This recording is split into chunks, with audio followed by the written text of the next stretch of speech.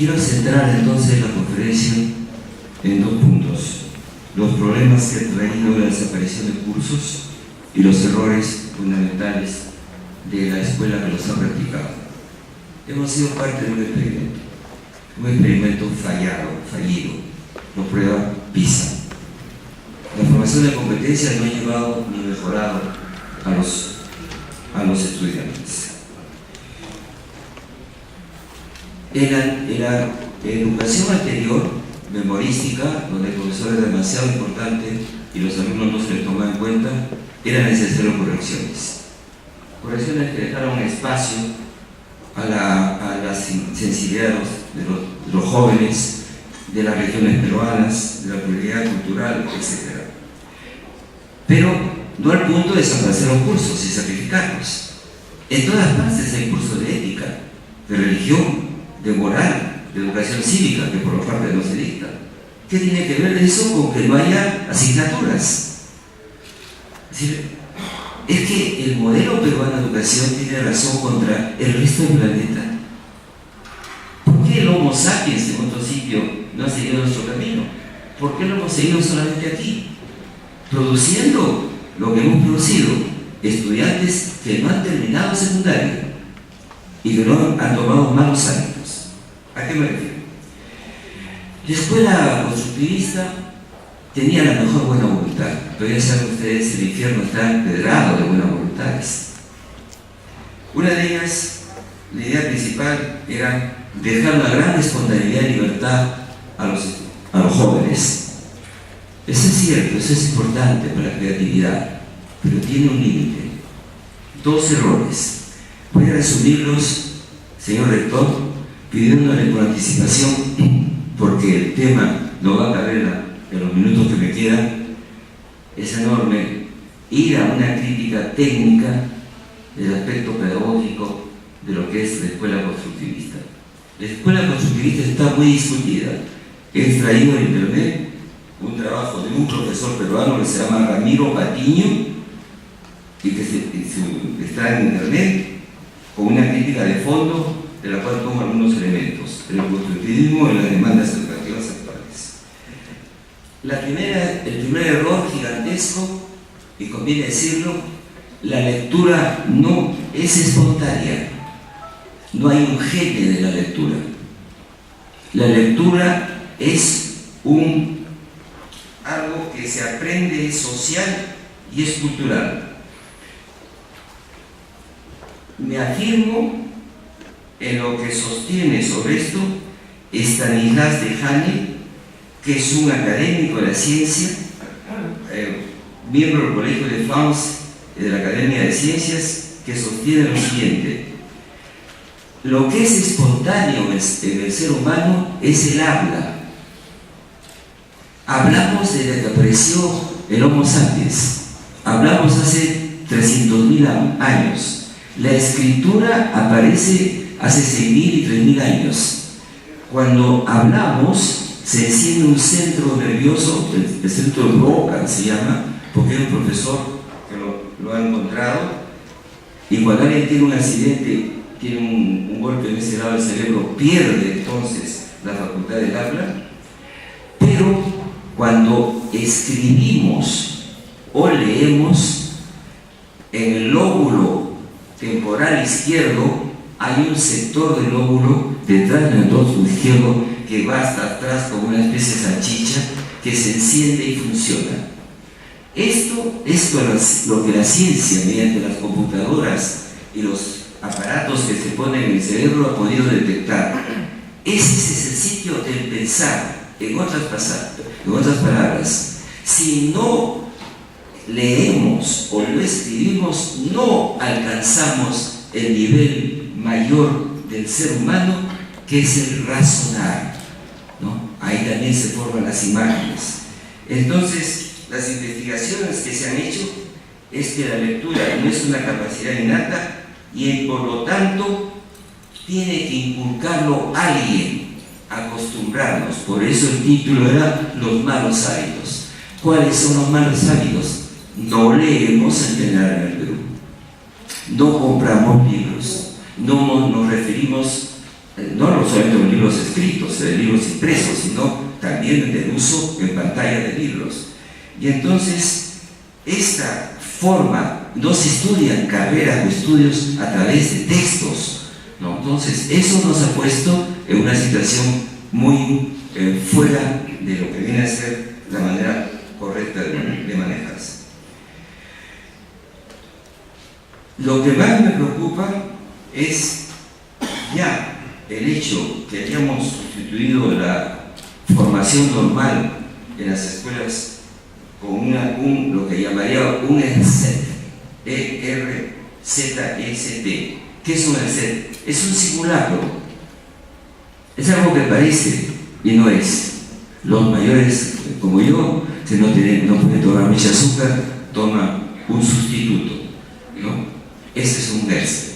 Pero hacer una educación sin libros, sin asignaturas, sin cursos, es lo que llamo caritativamente una no educación. Hay un debate formidable en el mundo sobre qué cosa es la cognición. Por eso, en otro momento, desarrollaré hasta qué punto estamos desactualizados en la ciencia de la pedagogía. Esa escuela constructivista, que es mi monstruo negro, ¿no? El cabeza turco, porque maneja realmente educación y ha creado la actual forma de enseñar, se recurre a un pensador que se llama Piaget. Piaget es discutido hace 30 años y hoy día el estudio de la educación pasa por un campo interdisciplinario donde mente y cerebro son estudiados, porque es muy complejo el pensamiento humano y más de los niños, por la lingüística, la psicobiología, la neurociencia, la antropología y la psicología. Entonces no se trata de solo pensar. Hay muchas formas de inteligencia, hay muchas formas diversas de acercarse al razonamiento, pero de ninguna de ellas consiste en prescindir del aprendizaje y una enseñanza que no se funde en conocimientos ya adquiridos. Luego viene el campo universitario. Es en la universidad y en los últimos años de secundaria donde se comienza a poner en cuestión el conocimiento. ¿Qué dijo Einstein? Dijo tal cosa. ¿Qué le faltó a Einstein? ¿Qué no vio Einstein? No vio, pues, por ejemplo, no conoció el problema de los agujeros negros. No imaginó el desorden del universo. Entonces, hay un tiempo para cada cosa. Si nosotros queremos que acabe esa masacre sin piedad de gentes que creen saber y no están formados y que no han adquirido los hábitos del quehacer universitario e intelectual, que es la lectura, la crítica de los textos, el saber razonar en matemáticas, que será en la escuela, tenemos un remedio fundamental. No es creativo, no produce un entusiasmo inmediato, es volver a la normalidad, volver a la educación de la mañana y en la tarde y volver a tener cursos como todos los otros Homo sapiens por disciplinas y formando entonces profesores en química, en física, en geografía, en historia y en gramática y cursos de civismo y religión. Volver a la antigua educación que creemos superada no lo está, solo nosotros nos hemos salido. Por eso es que no tengo ni siquiera calificativo para decir que es una mala educación, es una no educación, no tiene nada que ver con lo que se hace en los países vecinos de América Latina. Se estudia de otra manera y se estudia a partir de una ciencia y unas humanidades conocidas. La pregunta que nos podemos hacer entonces, ya terminando, es que ¿por qué resulta tan decisivo esa formación? Lo que hagamos. Curiosamente, una reforma de la educación debería haber comenzado por la secundaria. No quiere comenzar ahí, quiere comenzar por la universidad. No hay universidad nuestra que no se preocupe del nivel cada vez más deteriorado de los estudiantes que llevan de secundaria. Esa educación incompleta que termina el quinto año y media no forma ni personas para la universidad, ni personas para la vida, tampoco salen con un oficio. No estamos formando ciudadanos y estamos formando una extraña cultura de la incultura. Hoy, decirse que no se lee es dicho por personas importantes de la enseñanza. Hay un rector que se jacta de que no lee un solo libro y dirige una importante universidad. Perdone por esa mención a un colega. ¿Por qué deberíamos estudiar, tener curiosidad intelectual más allá de nuestra propia disciplina? ¿Qué debería hacer la escuela en gran parte para crear ese hábito de seguir estudiando toda la vida? Fernando Savater dice que la buena escuela es varias cosas. Una buena escuela no es donde se le enseña a jugar al niño, por una razón. Savater es filósofo y extremadamente sencillo. Porque la cosa más tonta del planeta es enseñarle a un niño a jugar. Porque todo niño sabe jugar. El niño más pobre del mundo, con 2 piedras, inventa un juego. Entonces lo que le aprende un niño es que la vida en la escuela justamente no es todo juego, que también hay cosas que hay que hacer en serio por su cuenta o con gente. Entonces, esa es la primera cosa. Segundo, la enseñanza no está en dar conocimientos, es producir una cierta una curiosidad, una inquietud, una insatisfacción. No hay que crear niños contentos con sí mismos, hay que crear personas curiosas que los llevará después a seguir estudiando. ¿Y por qué habría que hacerse? Porque la cultura es decisiva. La cultura es decisiva, ¿por qué motivo? Para estas palabras finales, yo quiero invitar simbólicamente a esta exposición a un gran pensador, a un gran antropólogo que se llama Geertz. Quizás no lo conocemos mucho, no se ocupó de América Latina ni del mundo andino. Geertz, el más grande libro suyo es sobre Bali, una cultura que nos toma de lado, y Geertz dice lo siguiente: esta tesis de lo que se llama hoy día la idea del hombre inacabado. Geertz dice: el hombre es una especie que viene incompleto al mundo. Nos demoramos mucho en crecer. En la adolescencia no existen los animales. Y lo que nos da la formación de ser seres humanos es justamente eso que permite cubrir la incompletud del hombre, su no realización, que es la cultura. La cultura nos termina de formar en el arte, en la moral, en la ciencia, en el conocimiento. Entonces, la cultura hace de este animal inconcluso que es el ser humano un ser humano completo que seguirá estudiando hasta el día que muera. De manera que ni para el ciudadano podemos formar, ni para los seres humanos sensibles, subjetivos y objetivos que deben salir a las aulas, la cultura es un lujo. La cultura es la esencia del ser humano. Somos homo faber y también animales simbólicos. Y entonces, en esas condiciones, ningún momento de la formación humana puede separarse. Sin embargo, para quitarle un poco de gravedad a todo lo que he dicho, se me ocurre quizás un gesto irónico, ¿no?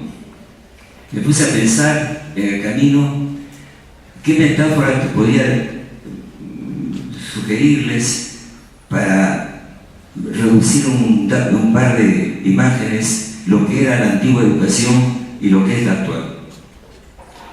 Ninguna es completa. De la actual hay que rescatar la preocupación por los niños, por su personalidad, la necesidad de un campo de creatividad y de anterior las asignaturas. Pero cuando pienso en las asignaturas,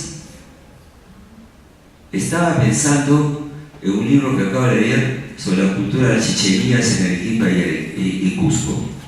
Decían que había dos tipos de chicherías, decía la antropóloga, y a partir de ahí podemos ver qué tipo de público va unas y otras. En unas cuenta mucho el sapo. ¿Recuerdan el juego del sapo? Consiste con unas masas de metal, tirarlas hacia la boca del sapo o hacia a los cajones. Los que jugaban sapo sabían que había dos tipos de jugadores: los que cajoneaban para ir sumando puntos, 800, 600, y los saperos, que eran los que trataban de meter por la boca del sapo una ficha y tenían entonces 2000 puntos de entrada. Esa era la antigua educación: buscar un propósito, una finalidad, sin preocuparse demasiado por otra cosa. Era sapear, cajonear. Pero la actual han juntado cosas a un punto increíble. Traigo el libro de Ciencias Sociales, donde han juntado historia y sociología, son ambas cosas, y ese libro nos lo representa, y han juntado y lo han molido. Es la educación batán, ¿no? Entonces, el batán permite moler algo que es quinoa, es ají, es muchas cosas y no lo podemos reconocer. En la pasta que se ha inventado y que se pone en los cursos, en los no cursos, en los programas, no se puede distinguir qué es ciencia, qué no es no ciencia, qué es arte, qué es saber, qué es un saber científico, es decir, probado o es intuitivo. Nada. En el batán sale esa mezcolanza que no corresponde a ninguna forma de aprendizaje. Entonces hay que salir del batán y hay que salir del sapo. Y por otra parte, con respecto a la ley Mora, el problema está que, como profesionalmente, el congresista Mora es un general, es un militar. Yo conocí bien a los militares. Lo conocí en la época de Velasco. Y en algún momento, una conversación con el presidente Velasco, me decía, bastante menor, me decía: mira, hijito, tú no conoces, no entiendes a los militares, no entiendes a mis camaradas. Habían quejas por un periódico que yo dirigía, venían a quejarse a Velasco, y Velasco me jalaba un poco las orejas, pero yo seguía en lo que me parecía que era necesario hacer. Y entonces Velasco me decía: tú no entiendes, no nos entiendes a nosotros. A ver, me decía, ¿a qué jugamos los militares? Dije: naipes. No jugamos a naipes. ¿Qué jugamos? ¿El ajedrez? No.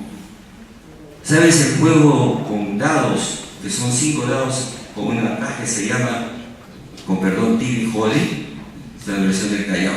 Tiras los dados y entonces calculas si tienes 5 cenas, 5 quinas, y juegas con otras personas. Y calcula. Yo tengo 5 cenas, este debe tener 6 cenas. El otro calcula y dice: sí, puede ser. Dice una cifra más alta o dice tudo. Me dijo: jugamos a tudo. Ese es nuestro juego. De manera que cuando un general me dice: tengo 5 divisiones en el sur que se van a levantar, yo digo: no, dudo. Entonces, yo diría que la ley Mora, sus buenas intenciones, el deseo de arreglar la educación, los intereses generales y comunes, no, mi general, dudo. Gracias.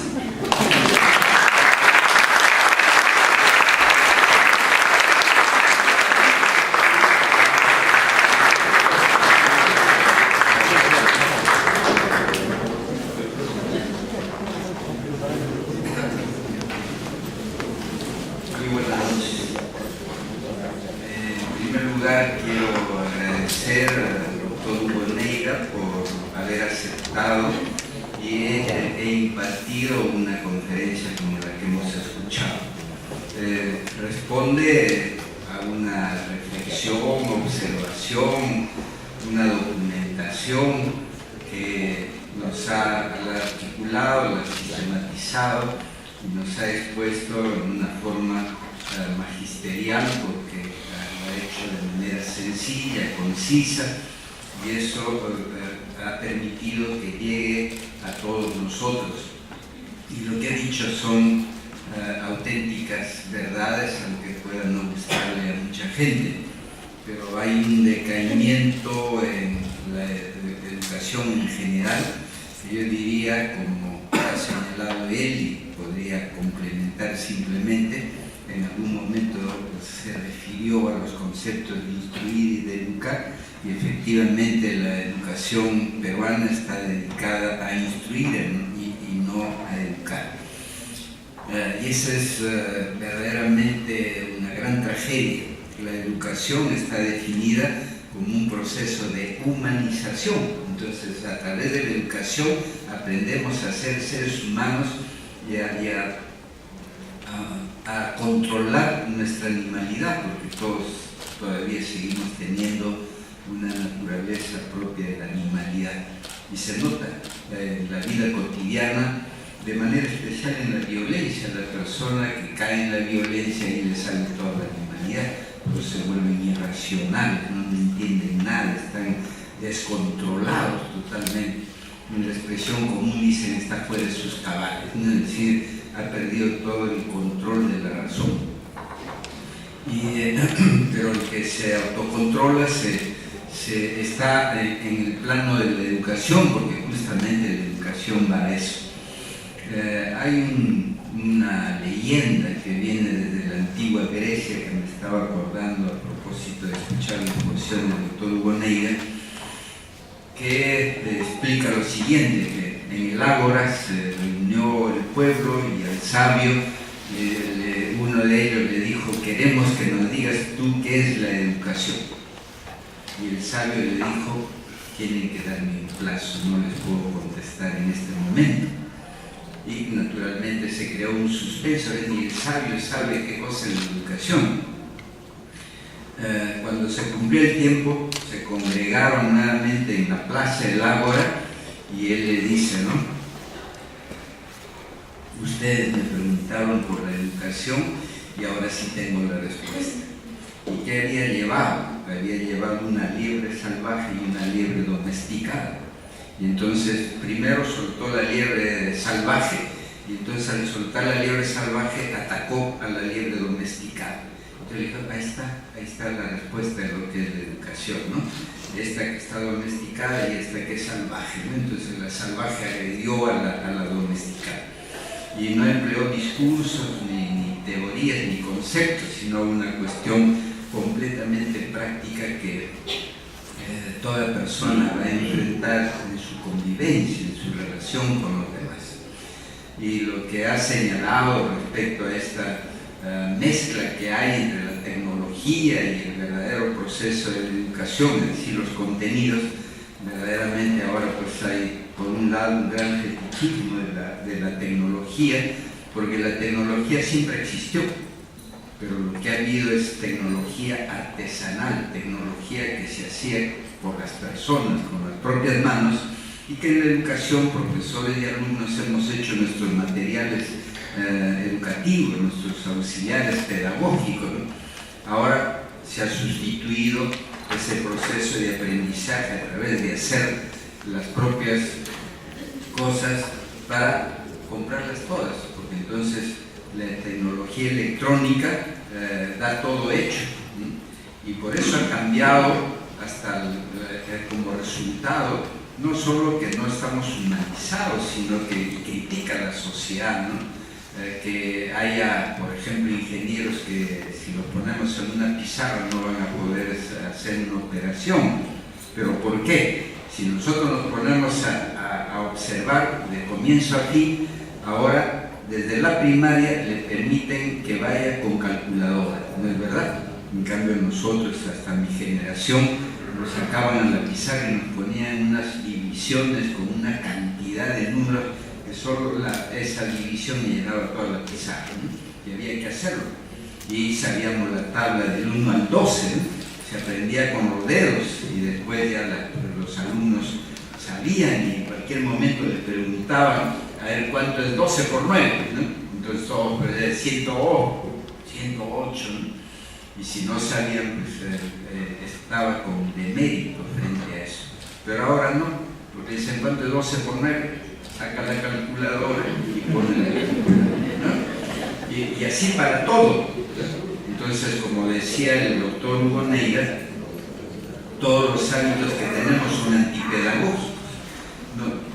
Este problema de la comprensión lectora descansa sobre una base muy sencilla, ¿no? Y esa base muy sencilla es solamente el dominio de las 4 habilidades verbales que no son atendidas y que no solamente terminan secundarias, terminan en universidad. ¿Qué costumbre tienen? Alguna vez abren un diccionario y ven, en otros sitios al diccionario le llaman mataburro, ¿no? Lo escuché por primera vez en La Habana, en Cuba, estuve ahí cuando le dicen, préstame el mataburro, y lo quise, el mataburro en el diccionario. Pero esos hábitos no hay y estos hábitos deben adquirirse desde el colegio. Fui por 5 años profesor en el Colegio Nacional de Lenguaje y cuando comenzábamos el año escolar le decía a los alumnos, a ver, escriban 5 oraciones. Entonces solamente decía, es, fue, ¿no? Es decir, el verbo ser en presente y uno de los pretéritos. Y nada más, yo decía, no, pero eso es un verbo, pero el idioma castellano tiene miles de verbos. Entonces, ¿cuál era el remedio? Vengan con su diccionario. Entonces les enseñé y terminamos el año escolar y les decía, escriban 500 oraciones, cada una con verbo distinto, sin usar el diccionario y lo hacían tranquilamente, porque estaban acostumbrados. Los 9 meses del año escolar estaban trabajando en eso. Entonces, si las personas no somos estimuladas, y esa estimulación tiene que venir de la escuela, en hablar, en escuchar, en leer y en escribir, como por ejemplo se va a exigir que hagan tesis si primero vienen con la deficiencia de la secundaria y a eso se agrega que aún en la universidad no se logra corregir esos problemas y después de 5 años queremos que hablen como locutores, que escriban como Vargas Llosa o cualquier otro, Ricardo Palma. Eso no puede ocurrir. Los resultados en la formación de la persona no están sujetos a improvisaciones, sino a procesos que se dan a lo largo del tiempo. Entonces imagínense cómo le pido comprensión lectora a un alumno que no lee ni escribe. Entonces hay que escribir, pero ahora pues todo es, veo, especialmente jóvenes y mujeres con los celulares mandando los mensajes. Y yo digo, a nosotros nos han enseñado, yo estudiaba mecanografía y aprendí a escribir con los 5 dedos, ¿no? Así, rápido, porque había que hacerlo rápido. Pero en el celular con un tablerito tan pequeñito, no sé qué habilidad tienen para que todavía con los pulgares, claro, pobre idioma, es decir, estamos retrocediendo y fíjense en la evolución de la ortografía comenzó por una etapa que se llamaba el confusionismo, de confusión, no de Confucio, ¿no? La confusión, ¿por qué? Cada uno escribía como escuchaba, ¿no? Entonces, lean ustedes un texto antiguo y van a encontrar que a ver lo escriben con H, sin H, con V, con B, porque cada uno escribía como quería, hasta que después se corrigió estableciendo la etimología como base para la ortografía. Entonces se escribe de acuerdo a la palabra de qué lengua procede. Entonces procede del griego, hepta, 7, siempre tiene todo, heptasílabo, heptauro, y todo lo que indique 7 va a escribirse con H, PTA, ¿no? Entonces, y